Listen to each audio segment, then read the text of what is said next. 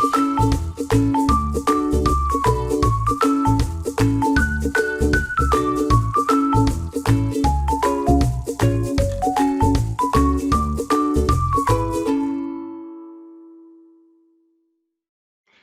y'all, I'm so excited to be with you here today. Like Rochelle said, my name is Shannon Cunningham-Lanning. So I know that's a mouthful, but some of you may have seen me on the road before presenting back when we could be face to face, but I'm still excited to be here with you virtually.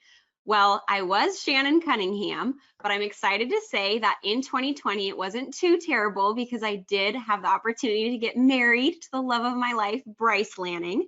And so I've tagged that onto my name. So now it's Shannon Cunningham-Lanning.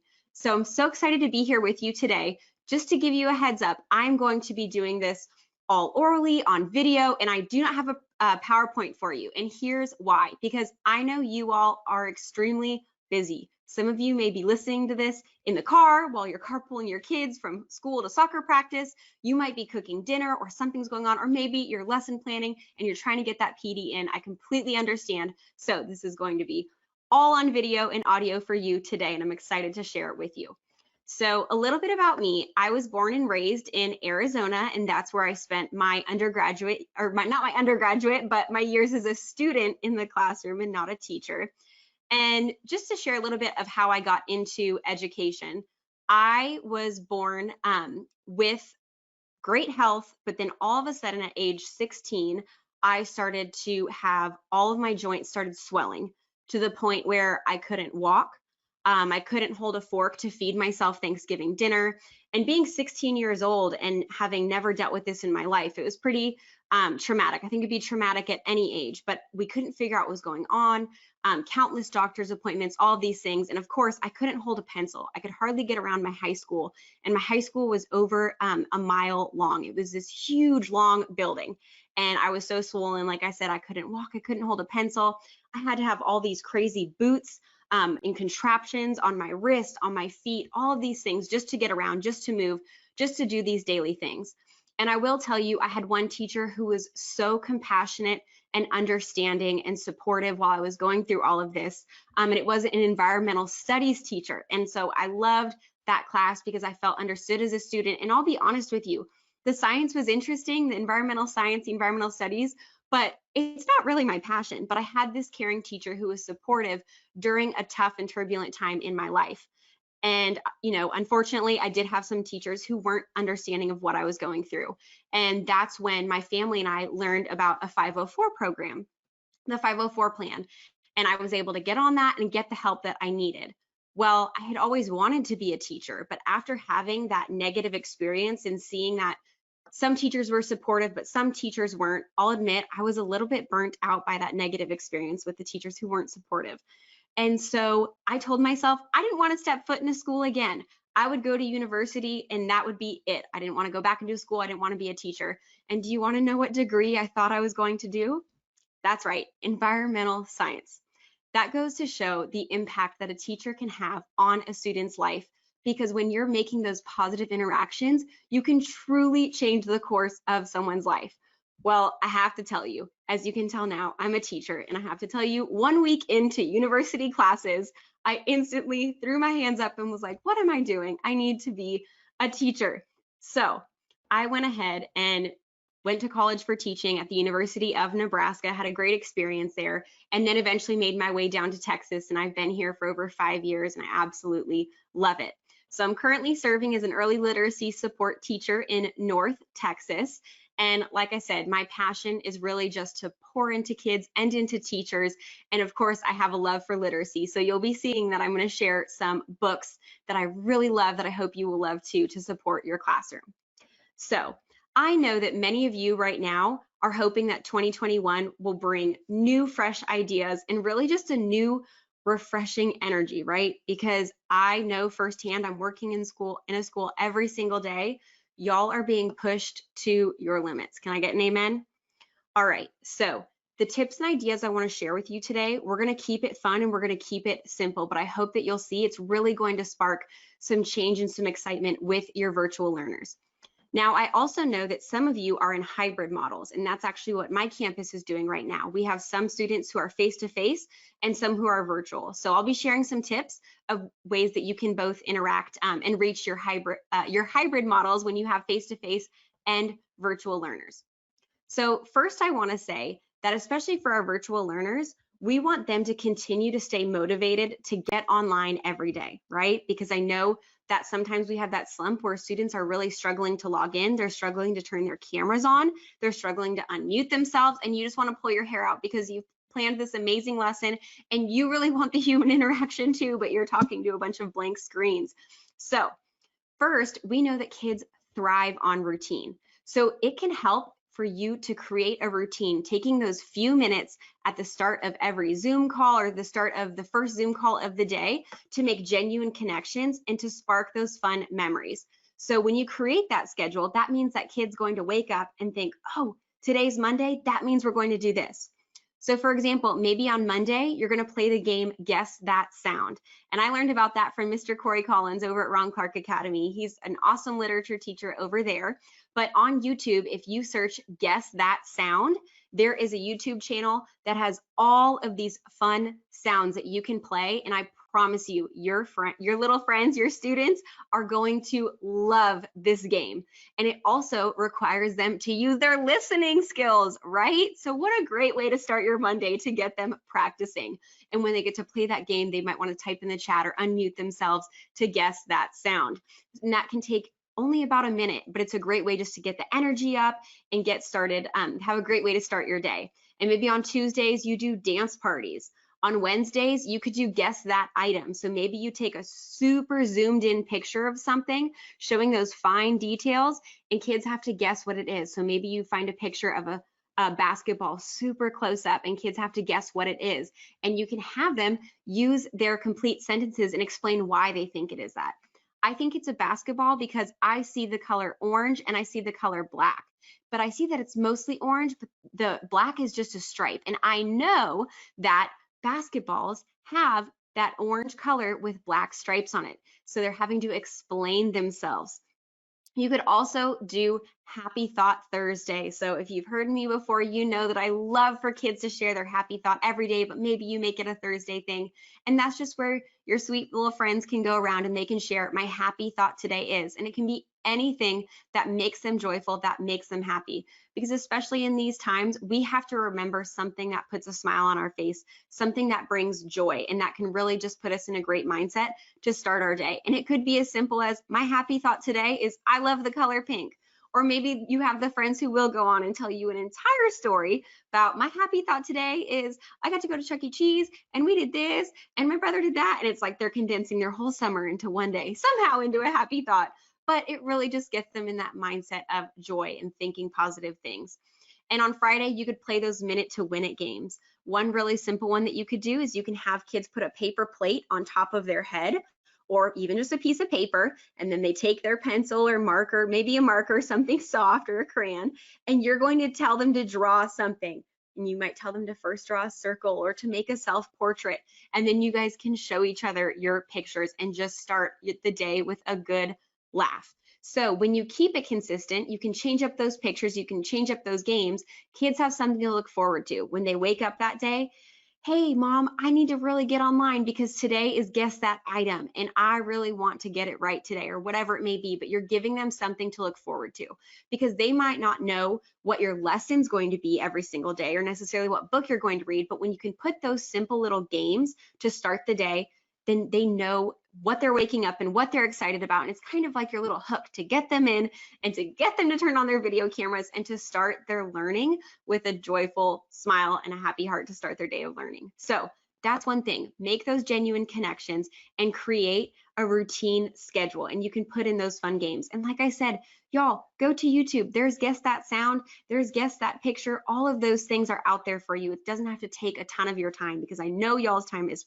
precious and it seems to be flying out the door these days. So keep it simple. But when you keep it into that routine too, you know exactly what you need to have prepared for Monday, Tuesday, Wednesday, all of those things. So keep that routine. Now, also, we still want to explicitly teach and provide opportunity for those social interactions. So here's why I say that. One of the books that I've been reading lately, I love to read books about learning and neuroscience, all those things, but this book is called How We Learn by Stanila Dehane, and I hope that I'm pronouncing that name correctly. So they also wrote the book Reading in the Brain. But something really interesting that they talk about in this book is called shared attention. And it talks about how even as infants, they provide, they understand and they learn something when human interaction is there. So when another adult introduced an item and they made eye contact with the infant, and for example, if they were to say, look at the child, and they made eye contact with the child, and then they said, book, book, and they made eye contact with the child was more likely to retain it or point to that item or do those things because they had made eye contact before. They compared this to just having an intercom say book, book, book, with a book right there, and the child wasn't able to point later on when they asked book. They weren't able to point to it. They weren't able to gesture to it. And so there's something to be said about eye contact. And students understand that something has meaning when you're able to make that connection with them and to have that social interaction. But how do we do that virtually, right? Because sometimes you're like, I hope they're looking at me and they're not looking at Minecraft or whatever game it is that they're playing. And so try to, the best that you can, to verbalize that, right? So call out the students by name. I see Johnny, you're here today. Johnny, well, guess what? I'm so excited. We are going to be reading this book. And Sarah, do you know what we're going to learn from this book today? We're going to learn how to make inferences. So call the students out by name to show them that you're making that connection with them that maybe we can't necessarily do with eye contact right now. Verbalize and narrate everything you're doing. That's what I've been talking about with teachers at my campus. It's like we're narrators for our own life now when we're on Zoom, when we're doing these things. Narrate everything that you're doing because students aren't necessarily there to see your body language, to see your eye contact, and to see that you're showing something has meaning. And so we also want to provide opportunity for social interaction amongst students. So you can have students practice meaningful conversations and provide feedback to one another. Of course, we can do this with physical responses. Maybe you have your students do I agree when a student shares something, or maybe you have them do the sign language of yes and no. But also remember, we do want to allow time for them to have conversations with one another and to agree and to support one another or to restate what someone is saying. And I know that can seem hard because it seems like it's taking up precious time, but I promise that time is precious when they do get to have a social interaction with a friend.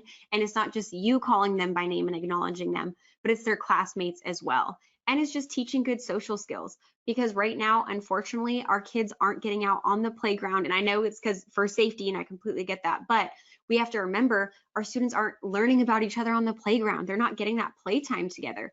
While they're getting that recess time at their house, they're not getting to have conversations with their friends and learn about one another.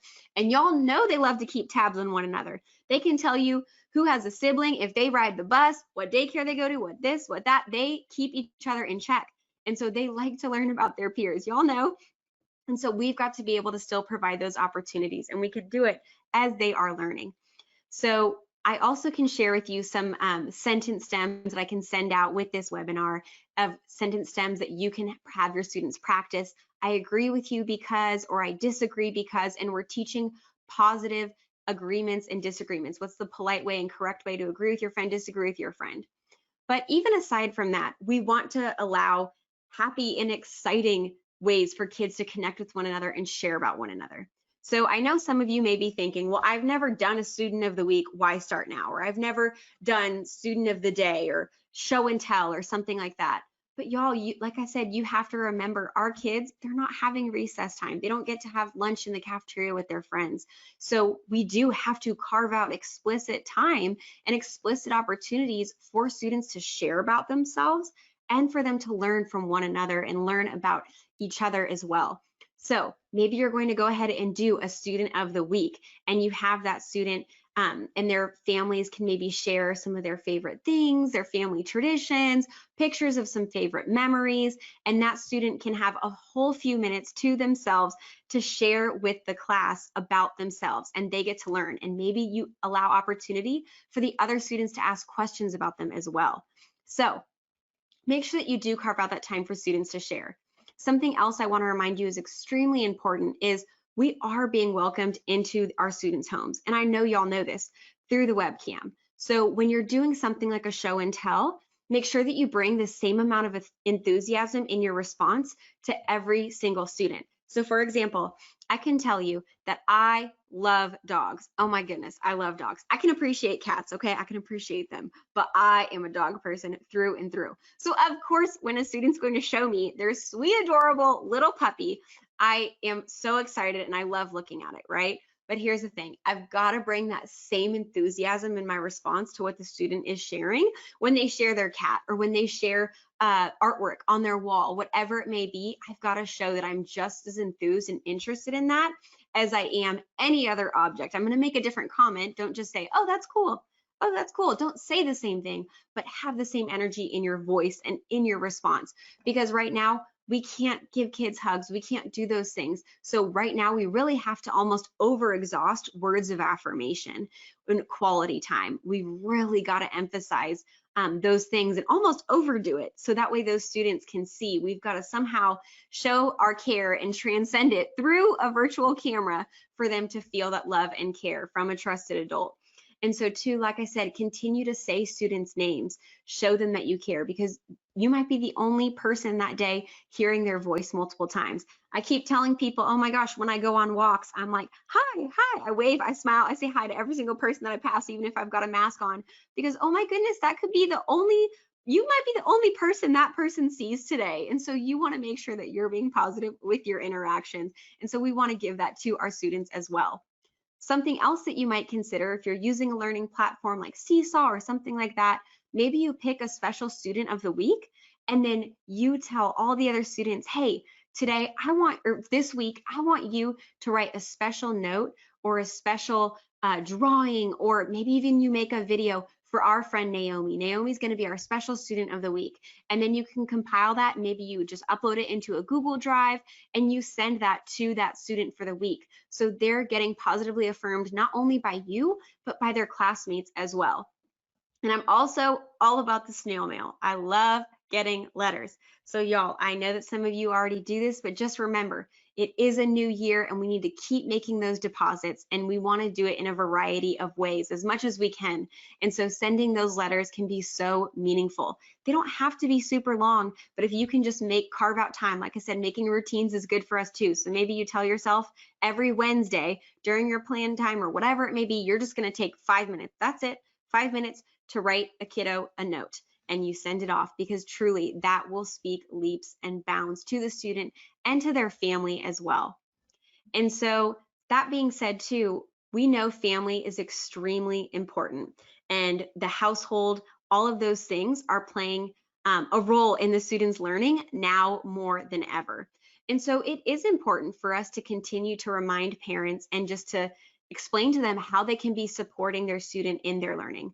Because what might make sense or we think is common sense to us as teachers, it really might not be to adults. And honestly, adults, they probably are also working full-time jobs and doing those things.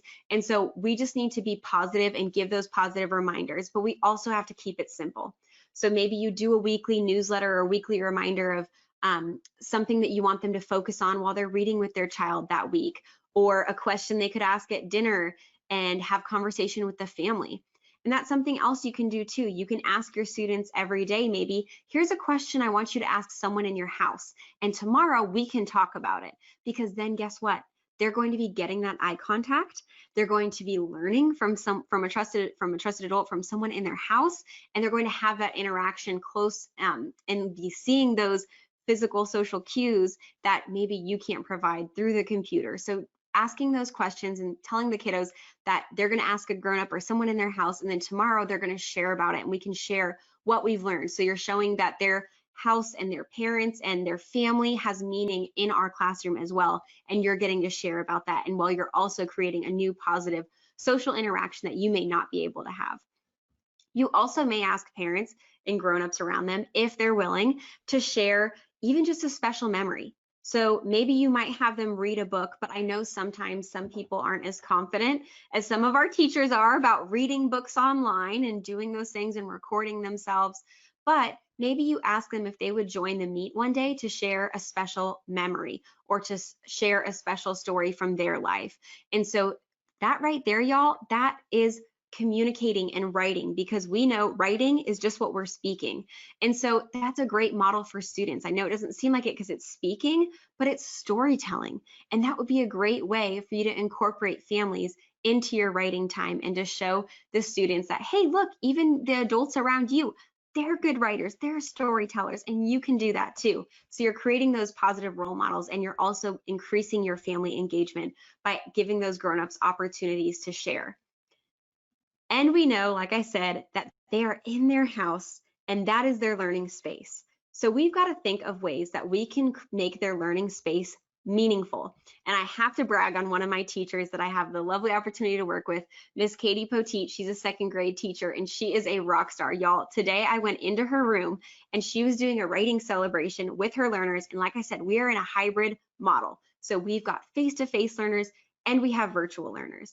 And she was doing her writing celebration, and what she did is she had big construction paper poster board, and the students actually made a background for their story, and they hung it on the whiteboard, and she had her computer up, and they got to read their story to the virtual learners. Because, as I'm sure y'all all know, virtual learners, they can create all sorts of crazy backgrounds, right? We see the fireworks, we see the oceans, the rivers, we see it all, right? So what a cool way for you to have your face-to-face learners create their writing background, and they get to share that with their virtual learners, and it gives purpose to their stories. And y'all, they took so much time in detail. Their backgrounds truly matched what their stories were about, and it really just brought their story to life. And it just took some construction paper and they hung it up. And kiddos were also able to do that at home, the virtual learners, if they wanted to, or they could do that virtual background that we know they're all into. So I know sometimes we think with the technology that it can be difficult, but remember too, you can keep it simple. All that took was construction paper and giving students the opportunity to draw the background of their story. That's something that we would do, right? In any normal day prior to COVID, we would have them draw big pictures of their background and setting to act something out. But now they're getting to show it on camera, and they're getting to show it to their classmates as well. So that's another great way for you to think about how can we continue to use the virtual space around students and that learning space around them to incorporate directly into our lessons. So maybe you're studying about bodies of water. Hey, I want you, friends, to have a body of water as your background. Now let's see, do we think this friend's place is a lake or an ocean? Making them use those context clues and those inferencing skills. Well, I think it's a lake because I see that there's a tube and a boat, and it doesn't really look like there's waves. And I know that at a lake, there's usually not many waves. So they're using those inferencing skills, and they're using the background pictures and coming up with ways to have conversations with one another. And y'all know I love to sing in the classroom. If you don't, I absolutely love singing. I mean, I feel like it's just a cornerstone of being a kindergarten and first grade teacher or pre-K teacher, right? So I will tell you a little song for inferencing. So it goes like this. I don't need you to tell me anything because I can use my inferencing. What I see and what I know, I will tell you what it shows. So I'll sing it for y'all again, but it's calling on the fact that students are going to use what they see and what they know to tell you what something is about. So maybe it's a story, or maybe it's that picture of the body of water. So it goes like this. I don't need you to tell me anything because I can use my inferencing. What I see and what I know, I will tell you what it shows. And you got to have that attitude, you just do when you're singing it like that. So that is our inferencing song. And guys, just like you would normally do in the classroom, singing and dancing with your students in a typical pre-K, kinder, first grade, whatever grade it is that you teach classroom, whatever it is, something that you normally do, you can still do that on camera, you guys. Those are important memories and skills that are building for the students, even if it is virtual. So you'll still see me singing on the video. And that's when you're like, oh my gosh, I hope some parents aren't listening to this because I don't want to have my voice all out ringing through someone's house and they're like, who is this lady? Why is she singing? She's not that good, right? So, but sometimes as a teacher, like I said, when it's our kids in our classroom, we typically just sing and belt it out. So try to do your best of doing it there too virtually as well, because it'll put a smile on your kid's face and it will be a positive memory. So that is some tips and ideas of ways that you can connect with your virtual learners at home. So remember, we talked about how important it is to have eye contact and to create those shared attentions. And so we're going to do that virtually by calling students by name. We're going to do that by telling them what we're looking at. We're narrating our life, right? We're also creating those routines and creating time to have genuine connection with our students in the morning, but also giving them something to look forward to. They know every Tuesday is going to be dance party. They know that every Thursday is going to be Happy Thought Thursday. So when they wake up, they know what to expect and how they're going to start their day. And we're doing it with something that's super positive and happy, because that's what's going to encourage them to open that screen, because they're going to get to share and be heard, and they're going to get to hear from their classmates as well. You also might consider doing something new, like a student of the week, and taking that time for students to share with one another and share about themselves and highlight things that are going on in their life, because we're trying to create those opportunities when they're not having them through recess or through cafeteria and having those social interactions. We want them to be able to share about themselves and be valued. And we know that as teachers, we're going to bring that high enthusiasm response to every single student that we interact with in every single item that they share. Now, we also talked about how we are going to engage families. We're going to send them simple tips about how they can interact with their child at home positively with their learning. We're also going to go ahead and send out remind our students to ask questions to their parents. We're going to revisit it the next day. That way we're creating opportunities for those social interactions. And you know what? It's okay if it's a sibling or cousin or grandma or grandpa, whoever it may be. See if there's someone that they can ask and ask it to. And you know what? Maybe if they can't get to it, maybe it's something that you ask on a Monday, but you don't visit it till Wednesday, so they have a couple of days to ask their grown-up at home, because I know grown-ups at home are balancing a lot of things right now themselves, and we want to extend that grace and give that opportunity for them to interact with their child. So we also want to make sure that we have students provide meaningful feedback to one another by giving them those sentence stems that I'll share with you, and teaching them how to politely agree with each other and disagree with each other, and how they can respond to one another in conversation, and encouraging those interactions. And friends, I also, like I said, I absolutely love literacy. I love, love, love books. And I have to share with you one of my absolute favorite authors, Julia Cook. So she wrote this book. I'm sorry, y'all. I'm getting used to my wedding ring and I keep hitting the microphone, so please forgive me. So this book, it's called Don't Be Afraid to Drop by Julia Cook. Now, I have to tell you about Julia Cook before I tell you about this book. Julia Cook is a children's author, but prior to being an author, she was actually an elementary school counselor for over 10 years. And I had the opportunity to meet her in college, when I was in college, because she is actually from the great state of Nebraska. She's super sweet. She brings her little dogs everywhere whenever she goes to speak. And y'all, when she was a school counselor, teachers would come to her and say, hey, Julia, I really need you to address this issue with my kids. And she would create these beautiful posters and explain the message to the students in a really child-friendly way, but it was really explicit and to the point. And people kept telling her, Julia, you've got to go be an author. Well, y'all, she finally listened, and she has got books on everything. Y'all, she's got a book called I Am a Booger, Treat Me with Respect. Y'all, she has got books on everything. My Mouth is a Volcano, What to Do with Those Friends Who Just Can't Help But to Blurt. And what I love about her is she tells the stories through a fiction, fun, engaging way, but it always has a very clear, explicit lesson. Another one of my favorites of hers is called Tattle Tongue, A Bad Case of Tattle Tongue. And so it tells the story, but then it gives you clear, explicit rules. So students leave after reading that book, seeing this engaging story, but they also know the difference between being a tattletale and a danger ranger. And so this book, why I think this book is so special, Don't Be Afraid to Drop by Julia Cook, why I think it is so special right now is because I know you friends might be having some students who have been virtual all year, and now they're coming face to face. And especially if you teach the younger grades, We know this can be kind of traumatic, right?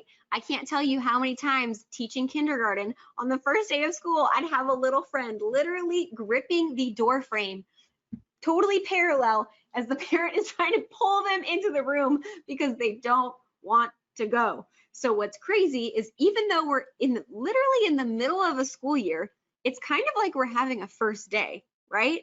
Because you have students who are joining your physical classroom for the first time if you're in a hybrid model and they're now opting to come face to face. So that's where a story like Don't Be Afraid to Drop is going to be a great resource for your classroom.